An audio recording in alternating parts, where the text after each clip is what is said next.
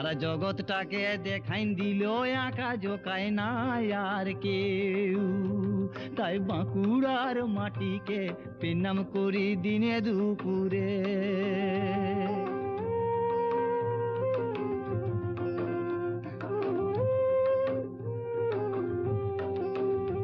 বলি ছাদ না রে চণ্ডীদাস, সোনামুখীর মনোহর দাস, আর মৌৎসবের বাউল গুলার গায়েন শুনে লাগে যাবে তাক।